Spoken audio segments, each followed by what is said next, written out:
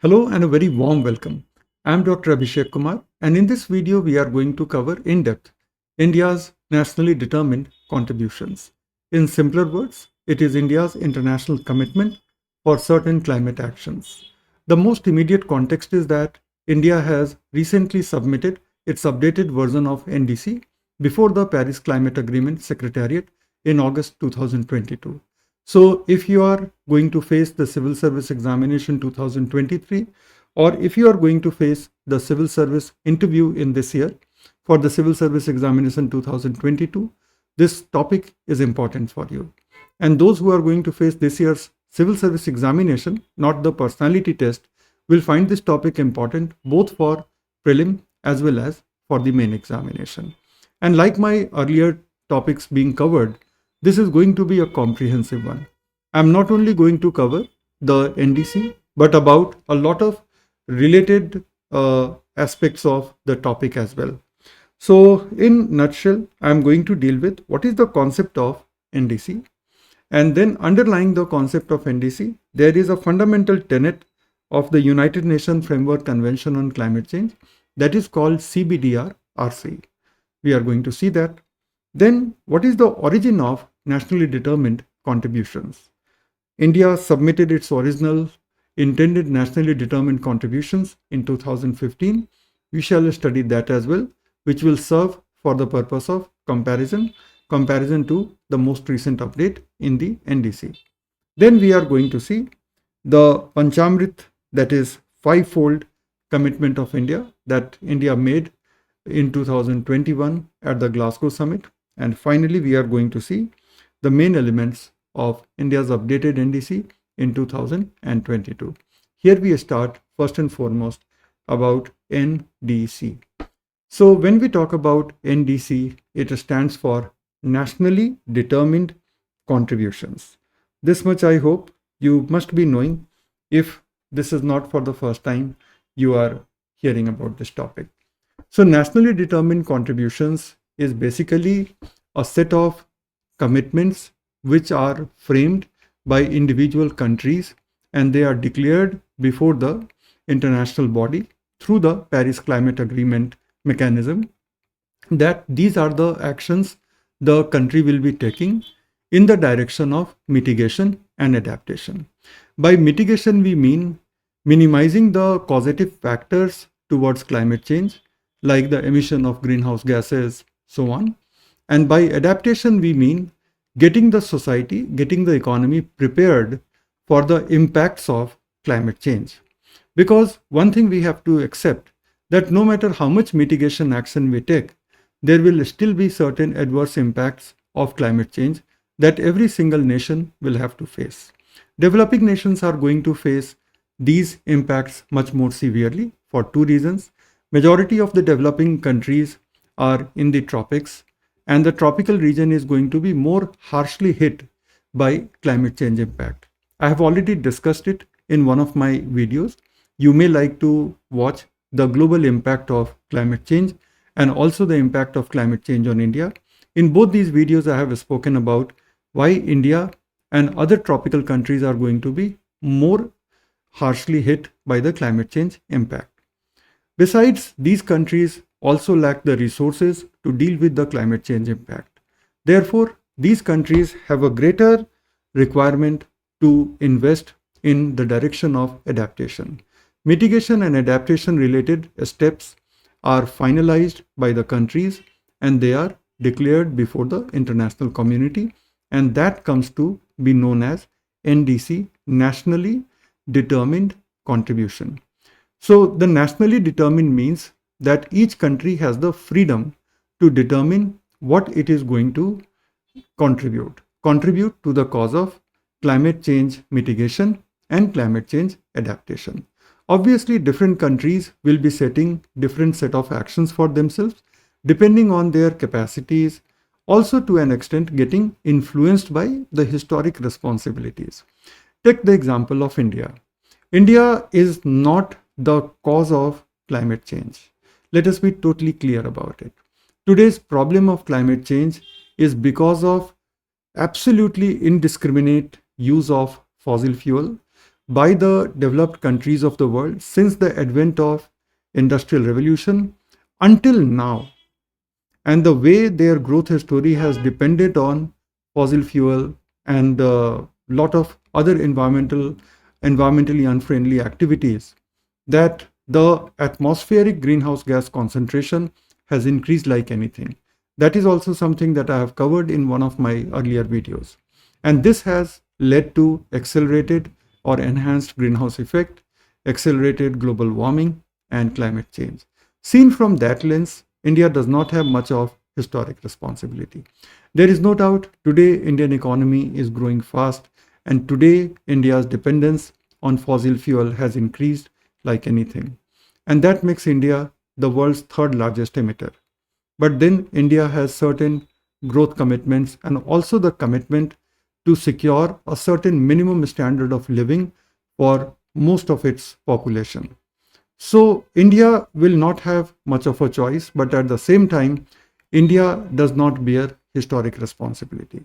So India can contribute to the mitigation action, but India cannot be held responsible despite being the third largest emitter for all the, or at least the major climate change mitigation effort. So nationally determined contributions are going to be determined by two factors. Number one, what is the capacity, what is the capability of the country to carry out these actions? Different countries have different capacity, and accordingly they will be contributing. And second is, what is their historic responsibility? Seen from both the angles, the responsibility of present day industrialized and wealthy nations is much more compared to developing nations like India, right? So this is the mechanism of nationally determined contributions. Here are the facts that it is a key component of the Paris Agreement on climate change. The NDC concept took a formal shape only with the Paris Agreement on climate change. Prior to the NDC, under the Kyoto Protocol, the system was that there will be 41 industrialized nations which will be carrying out target-bound emission reduction of 6 greenhouse gases. Those 6 greenhouse gases would be carbon dioxide, methane, nitrous oxide, sulfur hexafluoride, hydrofluorocarbon, and perfluorocarbon. And only 41 industrialized nations of the world were supposed to carry out targeted emission reduction. Developing countries were not under any obligation to carry out emission reduction. But since the Paris Climate Accord, all the countries of the world have a responsibility to carry out both mitigation and adaptation action. I have already defined them. And the mitigation and adaptation action does not have to be equal. It has to be equitable. And the countries will be at a liberty to decide what they can contribute based on their historic responsibility and their capacity. Hence, the new system brings all the countries within the network of contribution, but the burden is different and self-determined on the countries. Now, moving next, each country that has signed the Paris Agreement is expected to submit its own NDC. So, all the countries will be under obligation, and it basically outlines the commitment to reduce greenhouse gases. The first thing, this is called mitigation. All right, so I will write it somewhere. So this part is called mitigation. And the second part is adapt to the impacts of climate change. And like I said, that no matter how much mitigation action you take, there will be some climate change impact on you, and you have to make your country, its society, economy adapt to the expected, anticipated climate change impact. And we have already discussed that it is nationally determined based on countries' domestic circumstances, capabilities, and priorities. Okay.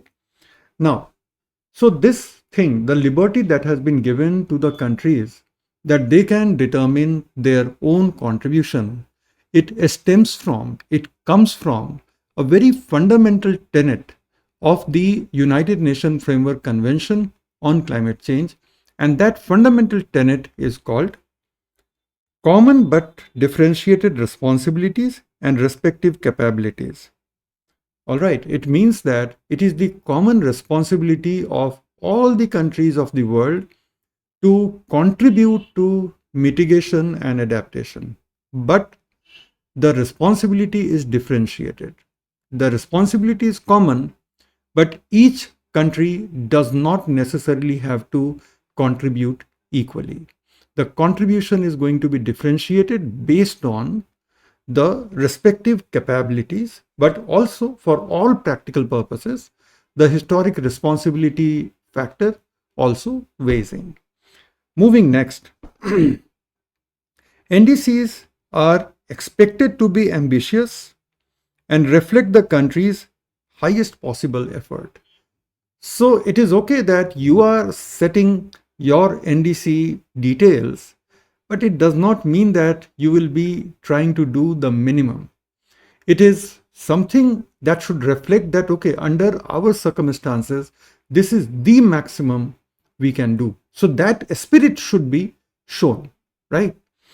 And Article 4, paragraph 9 of the Paris Agreement says that each party will be updating or communicating an NDC every 5 years, and each new NDC will be more ambitious than the previous one.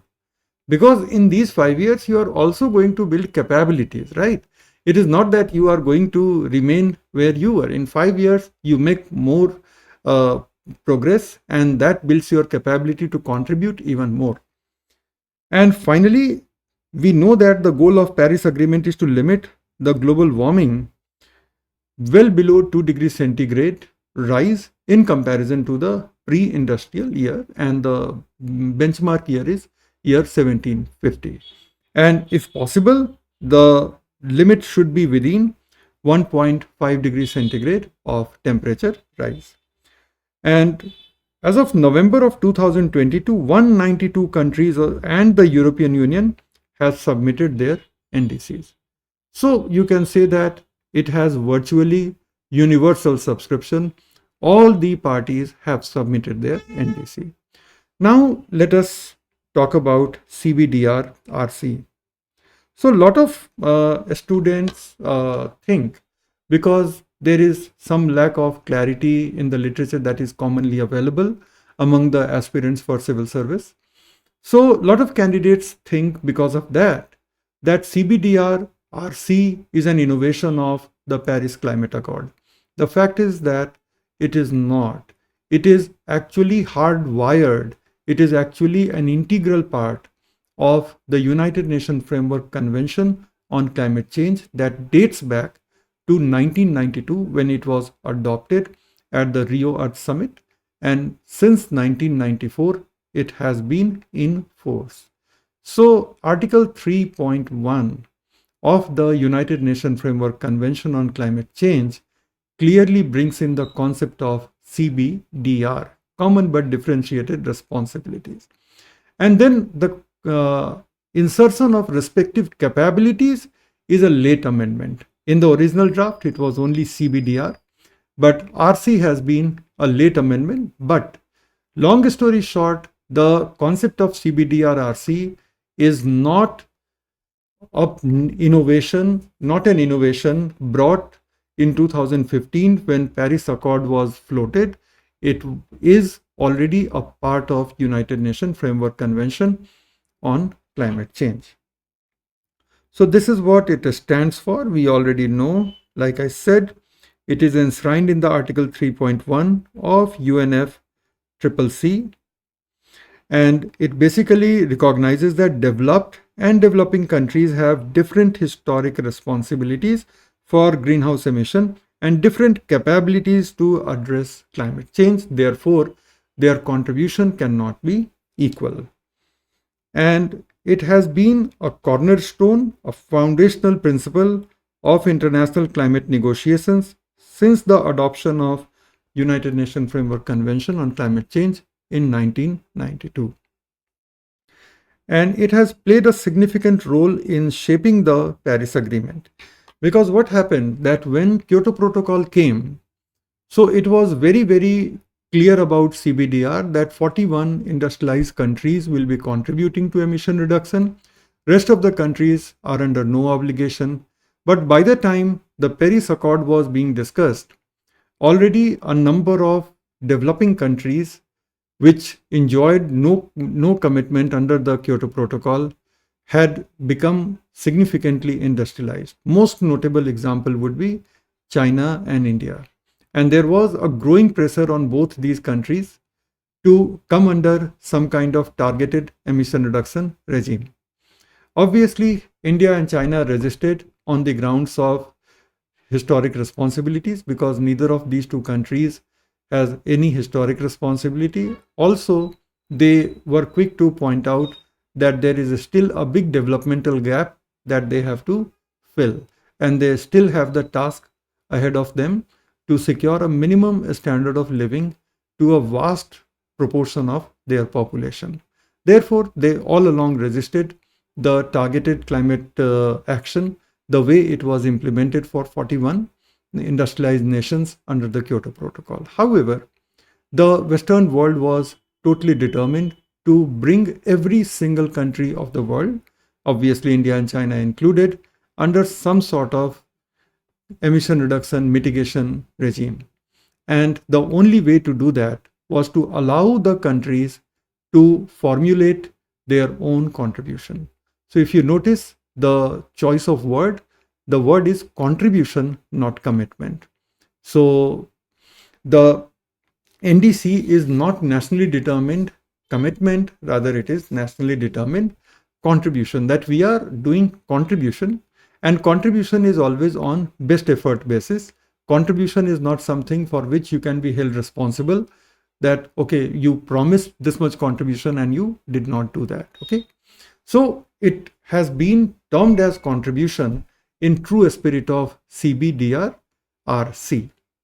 So Paris Agreement acknowledges that developed countries should take the lead in reducing greenhouse gas emissions and supporting the developing countries in their effort to address climate change in line with their common but differentiated responsibilities and respective capabilities. So the responsibility given to the developed countries is that they will be carrying out more ambitious emission reduction, more ambitious mitigation action. And not only that, they will be helping the developing countries with technology, with funds to take mitigation action, to accomplish their adaptation projects, so on. And this is one place where the developed countries have seriously faltered. The Green Climate Fund, for all practical purposes, is still not fully operational. You can imagine, it has been almost 10 years since the idea of Green Climate Fund was floated, more than 10 years to be precise. And till date, the Green Climate Fund, GCF, is not yet operationalized in the sense there has been no sizable fund transfer under the GCF from the corpus of GCF to any developing country to carry out their mitigation or adaptation action. So this is where the Western countries have a lot of answering to do. Okay, but I hope you have now understood about CBDR. The main takeaway points here: it is a part of United Nations Framework Convention on Climate Change. It is an integral part. It is not a part of Kyoto Protocol. It is not a part of Paris Agreement. But since UNFCCC is carrying this, so every treaty that has come on climate, be it Kyoto Protocol or be it Paris Agreement, that adheres to the norm of CBDR-RC. Moving next, in the recent years, there has been a debate about the status of CBDR, particularly with regard to how it should be applied in the context of increasing global ambition and evolving country circumstances. What is evolving country circumstances? Global ambition, we understand that now moving from the 2 degrees centigrade temperature rise, we are actually at reducing it, restricting it at barely 1.5 degree centigrade temperature rise. So that is the changing global ambition. But what about evolving country circumstances? Look at India, look at China, you will understand. So today, these two economies are among the fastest growing economies. Even today, when the Western countries are looking at the specter of recession and all, Indian and Chinese economy do not look like falling towards recession. So, long story short, these countries from the point of time of UNFCCC have significantly industrialized themselves. And not only that, as a result of this, the emission from these two countries have also increased like anything. So China is world's number one emitter and India is world's number three emitter. So obviously there will be questions on the validity of CBDR from the developed country. So developing countries continue to advocate for continued application of CBDR principle, while some developed countries are calling for more nuanced and differentiated approach to climate action. उनका कहना है कि जिनको Kyoto में exemption मिला था उनको Paris में भी हम लाइटली नहीं ट्रीट कर सकते हैं. And at COP26 climate conference which happen in Glasgow, the one just before the most recent one, 27 COP at Sharm el-Sheikh in Egypt. So वहाँ पे parties reaffirmed their commitment to CBDR, right? But there has been murmurings. Okay, there has been murmuring. So there will be, it will remain a subject of ongoing discussion. So we have now understood NDC क्या होती है. We have now understood what is CBDR-RC, and now we are going to see a quick history of how NDC thing came into being. I have given you some picture, but now quickly in one or two slides we are going to see the origin of NDC. This is going to be important for the main as well as for your interview. So here this clearly. So it dates back to 2007. So in 2007, the 13th Conference of Parties of United Nations Framework Convention on Climate Change was held in Bali, Indonesia. For the first time, there was a clear divide between the industrialized nations and the developing countries which were having exemption under the Kyoto Protocol. What was the clear divide? The industrialized nations demanded that a number of countries which enjoy no commitment of emission reduction have significantly industrialized themselves, have significantly built capacities, and at the same time, they have also become some of the biggest emitters in the world. And it is unfair that they are not a part of targeted emission reduction regime. The countries, mainly India, China, for that matter, Brazil and South Africa, they resisted, citing historic responsibilities, their developmental gaps, and so on. But the divide was very, very clear. And this divide led to no joint statement being released, no such outcome document being released. After the Bali Climate Summit, it was only decided that the delegates will be meeting next year and they will be taking it forward on the framework of discussion that will be happening.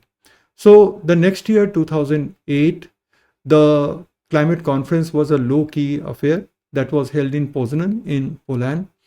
And the next one was then a little more elaborate affair that was in 2009, which was held at Copenhagen in Denmark. So that is where the call was taken that, okay, we can work towards a regime where every country will be contributing something, but a clear framework could not emerge. And the same theme repeated in 2010 climate meet at Cancun in Mexico, where India said that developing countries can perhaps carry out some voluntary emission reduction, whereas the developed nations will continue to carry out target-based, externally verifiable, target-based, one second please.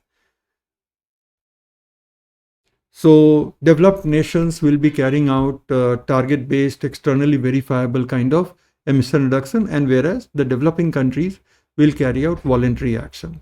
But still, it was not acceptable to many developing countries. Therefore, no consensus could be built up until Lima in Peru, that was in 2014.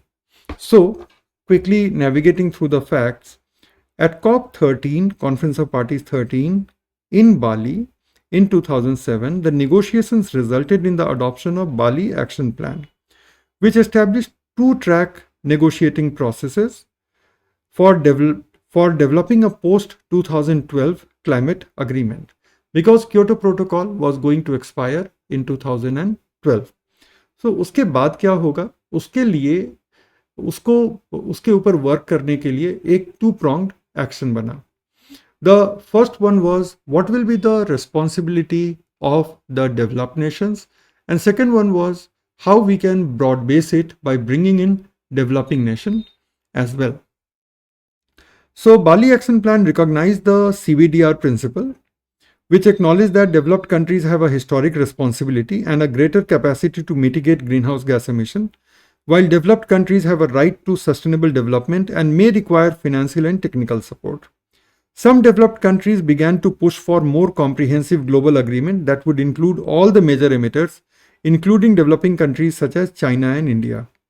This led to increasing pressure on developing countries to take on mitigation commitment despite their historic and per capita emissions being much lower than those of developing nations. These are very, very important points that you can use to support your argument even in the interview. So this is something which is very important and you should be carefully going through this.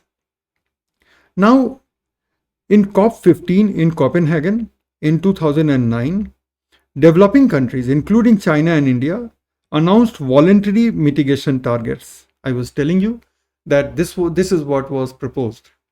And this was known as Nationally Appropriate Mitigation Action, or NAMA. Right? So this concept of NAMA came in at Copenhagen. But obviously, NAMA was also a non-starter. A lot of developing countries essentially did not agree with this concept. And the pressure on developing countries to take on more ambitious mitigation commitment continued in subsequent climate negotiations. ये चलता रहा. And there was a stalemate. Finally, the developed countries insisted that they will allow the Kyoto Protocol to expire if by 2015 a new treaty is not finalized, which will eventually replace the Kyoto Protocol.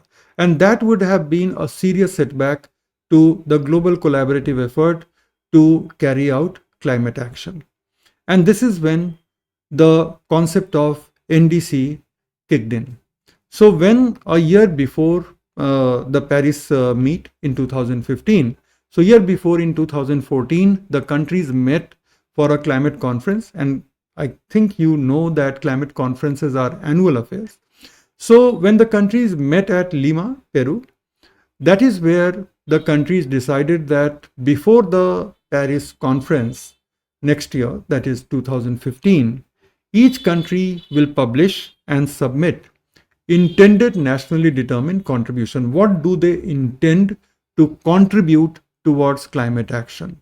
And all these INDC will be taken into account, and these INDC, if together they assure the global community that the temperature rise can be kept under 2 degrees centigrade compared to the pre-industrial level, then the INDC will be taken as NDC, or if there is more action required, that can be negotiated at Paris. But eventually, all the INDCs got accepted as NDC at the Paris conference, and that is how the countries became committed to their NDC. So that INDC became NDC at Paris. So here we are. COP20, COP20 happened at Lima, Peru, and COP21 happened in 2015 at Paris. So the concept of NDC originated during COP20 in Lima, Peru, that led to adoption of Paris Agreement in 2015. NDCs were introduced as a way for countries to communicate their individual contributions to the global effort to address climate change, कि कौन country क्या कर सकता है. And Paris Agreement called on all the countries to submit their first NDCs well in advance of the 21st Conference of Parties, with the aim to ensure that collective level of ambition reflected in the NDC will be sufficient to limit the global warming well below 2 degrees centigrade compared to the pre-industrialized levels.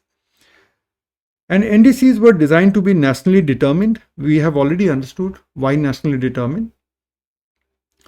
Now, Paris Agreement recognizes CBDR, but it represents a significant departure from earlier climate negotiation. And what is that? All countries are going to take action to address climate change, which was not the case in Kyoto Protocol. So that is how it was.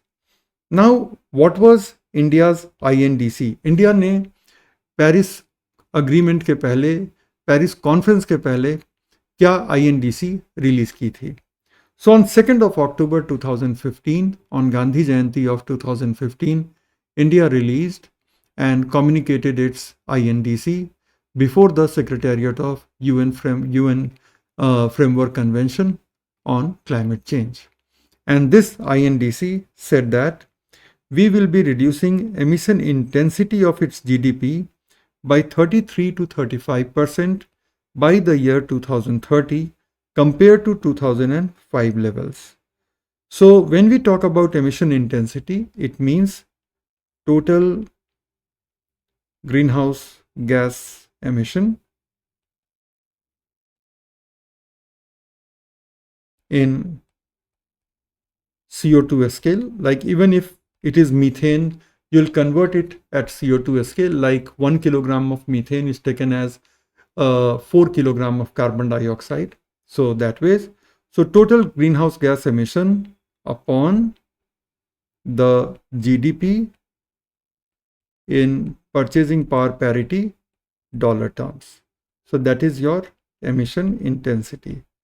So we said that compared to the year 2005, by the year 2030, we would have cut down our emission intensity by 33 to 35%. There are two ways to do that. India expected to achieve the both. Number one, we will increase our GDP. Obviously, our emission intensity will go down. Number two, we will be adopting cleaner technology. We will be carrying out afforestation, which will contribute to carbon sequestration, and that way our total net greenhouse gas emission will be comparatively less, and that will bring down the emission intensity. And India was pretty confident of both of these things. हमारा GDP तो बढ़ेगा ही बढ़ेगा और हमारा greenhouse gas emission भी कम होगा. So our emission intensity would come down. That was the first quantitative commitment. India also said that we will achieve 40% of our installed electric capacity from non-fossil fuel resources. And when we say non-fossil fuel resources, it means renewables and nuclear both. Mark the choice of words. It is not saying renewables alone. It is saying non-fossil fuel. So it very well includes nuclear power plants as well. And India said that we cannot carry this out entirely on our own. We do need international climate finance. Unfortunately, that has not materialized. India also pledged that we will be creating carbon sink for 2.5 to 3 billion tons of carbon dioxide equivalent by adding more forests and tree cover. So that ways, Indian forest will be able to sequester 2.5 to 3 billion tons of carbon dioxide annually because of increased plantation drives and all. Further, we said that we will be taking adaptation measures to enhance climate resilience. So we were not only talking about mitigation, we were also talking about adaptation, and including the development of coastal cities, investment in water management, promotion of climate resilient or climate smart agriculture. And then India said that our INDC is fair and ambitious, especially when you consider India's historic responsibility and India's respective capability. And then India said that developed countries need to fulfill their obligations under the UNFCCC. In other words, please provide us financial resources. You cannot shy away from technology transfer as well, and you cannot deny us capacity building support. And unfortunately, nothing has been denied, but nothing has been fulfilled either. Okay. So this is India's INDC, and this INDC eventually became India's first NDC under the Paris Agreement. Okay. Now the panchamrit. So at Glasgow in 2021, where the climate conference 26 happened, Prime Minister addressed the delegates, and this was actually one of the biggest sessions there, and where he proposed a 5-pronged action from Indian side, including India's net zero commitment. So what the Prime Minister said was in simple language. So this was an image tweeted by our Honorable Minister for Environment, Forest and Climate Change, Mr. Bhupinder Yadav. So then he had tweeted this. So it is actually taken directly from his tweet only. So the first thing that the Prime Minister said, that India's non-fossil energy capacity will reach 500 gigawatt by the year 2030. At present, it is slightly below, if I am not wrong, 400 gigawatt. So we are going to touch 500 gigawatt by the year 2030, and India will meet 50% of its energy requirement with renewable energy in 2030. This is the panchamrit, right? And how we have translated the panchamrit into update to NDC, abhi hum aage dekhenge. Then India will reduce its total projected carbon emissions by 1 billion tons from now to 2030. Then by 2030, India will reduce the carbon intensity of its economy to less than 45% compared to 2005. So this was going to be what? This was going to be 33 to 35%. So we increased it to 45%. Then here we were talking about 40%. Now we are talking about 50%. And then the PM said something really bold, that India will achieve the target of net zero emissions. It was a rather surprise announcement, because up until now, that is end of 2021, when the PM was going to make this address, it was generally believed that India is resisting the whole concept of net zero, because India had earlier articulated that net zero is something that developed countries should be trying to achieve, and developing countries like India should not be pressurized to declare their net zero ambitions. But the PM took this bold call, and he said that by the year 2070, India will achieve the target of net zero. That will essentially mean that the emission that is happening will be sequestered by the forests and tree cover of the country. Now, in the light of that, what is India's updated NDC? There are 8 elements to India's updated nationally determined contributions. So what are those 8 elements? So like I said, this is the cover page, and I like reading directly from the report. So I have not taken points from the secondary sources like newspaper and all. I have brought this directly from India's submission to the Paris Agreement. And this first and foremost outlines India's climate action for the period of 2021 to 2030. Point number 1, submitted to UNFCCC in August of 2022. What are those 8 elements? First and foremost, India ने ये कहा that we will be pushing the agenda of lifestyle modification, where the lifestyle choices are in sync with the environmental imperatives of the day. This is something which is rooted in Indian tradition, and the modern generation of India and also the people outside of India need to be aware of this way of living, which is far away from blind consumerism, and it is far closer to what the Mother Earth today demands. India has given a wonderful name also, lifestyle for environment. So India will put forward and further propagate a healthy and sustainable way of living based on traditions and values of conservation and moderation, जो हमारी country में एक day to day life का तरीका है, that we live a more mindful life. We live our life a bit conservatively with a dose of moderation, and that is there. With the societal modernity also, we have largely retained that way of living. So now this has to be propagated within India and outside of the country as well. This is an updated part. Second, we will be adopting climate friendly and cleaner path compared to other countries, compared to our own past, in all the wings, all the branches of our economy. So that is the second. Then we say, borrowing from panchamrit, that we will be reducing emission intensity of our GDP by 45% compared to the year 2005. I have already explained what is the emissions intensity. Then to achieve about 50% of cumulative electric power installed from non-fossil fuel based energy resources by the year 2030.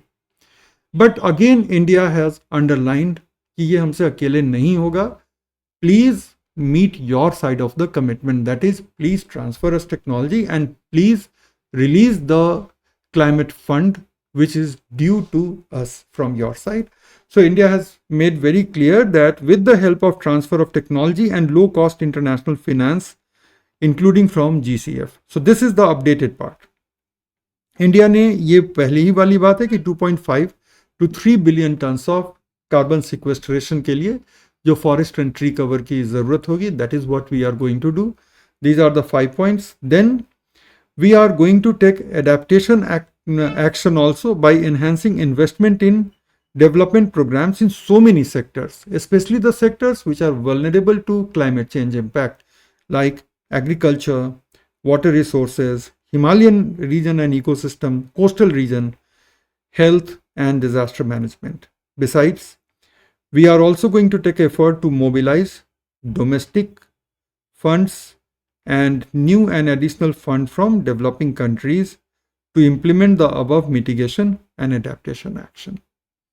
And finally, we are going to build capacity. We are going to create domestic framework and international architecture for quick spread of climate technology from the hubs of climate technology to all the parts of the world, including India. So these are the 8 pillars of India's updated NDC. After this, honestly, you really do not need anything else to deal with any question that can be asked to you on NDC, India's INDC, CBDR, and all of these things. So on that note, I will be concluding this video, and thank you very much for your time and attention. And if you want me to cover some more topic, please let me know, and I'll be very happy to make videos for you. Goodbye and good luck to all of you.